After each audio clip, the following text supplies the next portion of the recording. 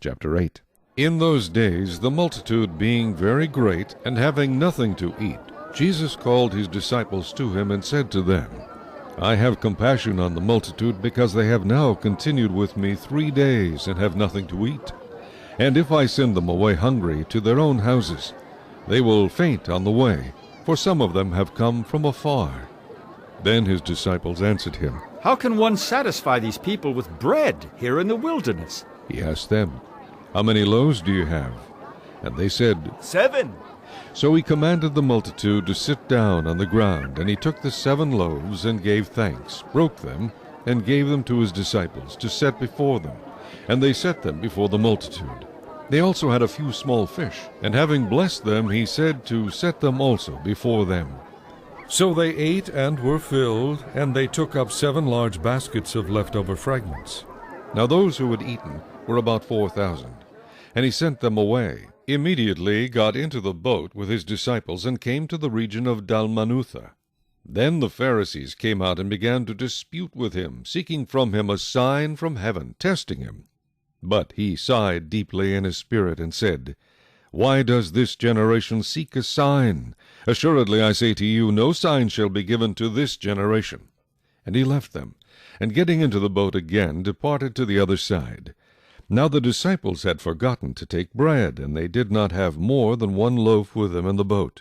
Then he charged them, saying, Take heed, beware of the leaven of the Pharisees, and the leaven of Herod. And they reasoned among themselves, saying, It is because we have no bread. But Jesus, being aware of it, said to them, Why do you reason because you have no bread? Do you not yet perceive, nor understand? Is your heart still hardened? Having eyes, do you not see? And having ears, do you not hear? And do you not remember? When I broke the 5 loaves for the 5,000, how many baskets full of fragments did you take up? They said to him, 12. Also, when I broke the 7 for the 4,000, how many large baskets full of fragments did you take up? And they said, 7. So he said to them, How is it you do not understand? Then he came to Bethsaida, and they brought a blind man to him, and begged him to touch him. So he took the blind man by the hand, and led him out of the town. And when he had spit on his eyes, and put his hands on him, he asked him if he saw anything.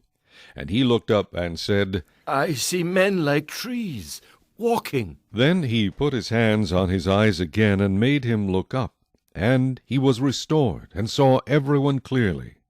Then he sent him away to his house, saying, Neither go into the town, nor tell anyone in the town. Now Jesus and his disciples went out to the towns of Caesarea Philippi, and on the road he asked his disciples, saying to them, Who do men say that I am?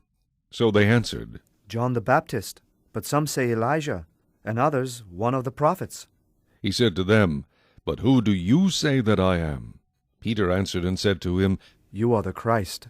Then he strictly warned them that they should tell no one about him. And he began to teach them that the Son of Man must suffer many things, and be rejected by the elders and chief priests and scribes, and be killed, and after 3 days rise again.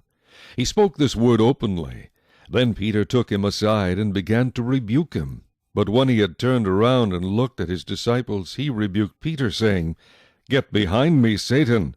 For you are not mindful of the things of God, but the things of men. When he had called the people to himself, with his disciples also, he said to them, Whoever desires to come after me, let him deny himself, and take up his cross, and follow me. For whoever desires to save his life will lose it, but whoever loses his life for my sake and the gospel's will save it. For what will it profit a man if he gains the whole world and loses his own soul? Or what will a man give in exchange for his soul?